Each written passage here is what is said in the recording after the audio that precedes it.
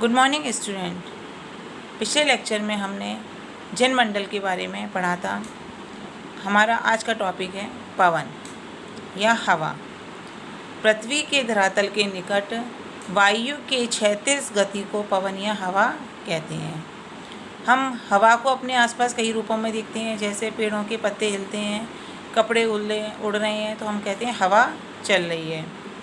पवनें दो प्रकार की होती हैं, स्थायी पवनें और अस्थायी पवनें। स्थायी पवनों के अंतर्गत आती हैं व्यापारिक पवनें, पछुआ पवनें, मानसूनी पवनें, स्थानीय पवनें और समीर। अस्थायी पवनों का कोई नाम नहीं होता। हम देखते हैं कि अचानक से बहुत गर्मी है, सब कुछ शांत है, लेकिन अचानक से ही हवा चलने लगती है तो हम कहते हैं हवा चल रही है। इस तरह की पवनें अस्थायी पवनें कहलाती हैं। हम पहले पढ़ेंगे व्यापारिक पवनें। इन पवनों को व्यापारिक पवनें इसलिए कहा गया है क्योंकि ये पवनें बड़े बड़े सागरों में व्यापार के लिए, जहाज़ों को गति प्रदान करने के लिए बहुत उपयोगी सिद्ध होती हैं। व्यापारिक पवनें 30 से 35 डिग्री उत्तरी अक्षांश से 5 डिग्री उत्तरी अक्षांश के मध्य, उत्तर पूर्व से दक्षिण पश्चिम दिशा की ओर तथा 30 से 35 डिग्री दक्षिण अक्षांश से 5 डिग्री दक्षिण अक्षांश के मध्य, दक्षिण पूर्व से उत्तर पश्चिम दिशा की ओर प्रवाहित होती हैं। सामान्यतः इन पवनों के द्वारा बारिश नहीं होती क्योंकि ये पवनें उच्च अक्षांश से निम्न अक्षांशों की ओर प्रवाहित होती हैं। लेकिन जब ये पवनें सागरों या महासागरों के ऊपर से प्रवाहित होती हैं तो इसके ऊपर की वायुमंडल की जलवाष्प को अपने अंदर ग्रहण कर लेती हैं और समीपवर्ती देशों में वर्षा कर देती हैं। ये पवनें एक निश्चित मार्ग पर चलती हैं, जिससे बड़े बड़े महासागरों में बड़े बड़े जहाज़ों को गति प्रदान करने में एक निश्चित दिशा मिलती है उन्हें, और वो जहाज़ उनकी उसी दिशा की ओर जाते हैं और इन्हीं पवनों के आधार पर समुद्री मार्गों का निर्धारण किया गया है। दूसरी हैं पछुआ पवनें।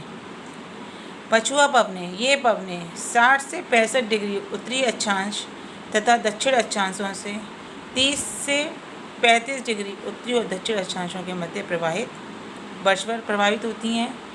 ये पवनें निम्न अक्षांशों से उच्च अक्षांशों की ओर प्रभावित होती हैं या उच्च तापमान से निम्न तापमान वाले प्रदेशों की ओर प्रभावित होती हैं। इसलिए इन पवनों द्वारा वर्षभर बारिश होती है और ये पवनें जिस स्थान पर बहती हैं वहाँ मौसम सुहावना बना रहता है। हमें जहाँ पता है कि उत्तरी गोलार्ध में स्थलीय अवरोध ज़्यादा हैं और दक्षिण गोलार्ध में पानी की मात्रा ज़्यादा है, इसलिए दक्षिणी गोलार्ध में स्थलीय अवरोध की अनुपस्थिति के कारण 40 डिग्री दक्षिणी अक्षांश के समानांतर तथा आसपास के क्षेत्रों में पश्चिम से पूर्व दिशा की ओर तीव्र पवनों का प्रभाव प्रारंभ हो जाता है।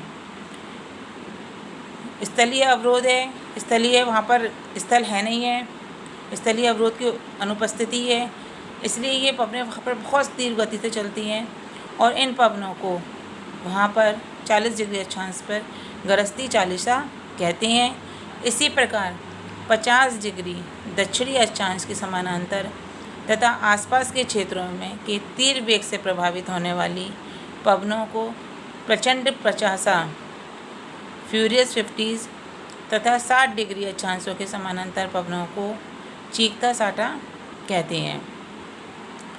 ये पवनें स्थलीय अवरोध की अनुपस्थिति दक्षिणी गोलार्ध में, इसलिए ये पवनें बहुत तीव्र गति से प्रभावित होती हैं और समुद्र के पानी को बहुत तीव्र गति से इधर से उधर ले जाती हैं, जिससे समुद्र में बहुत ऊंची ऊंची लहरें उठती हैं।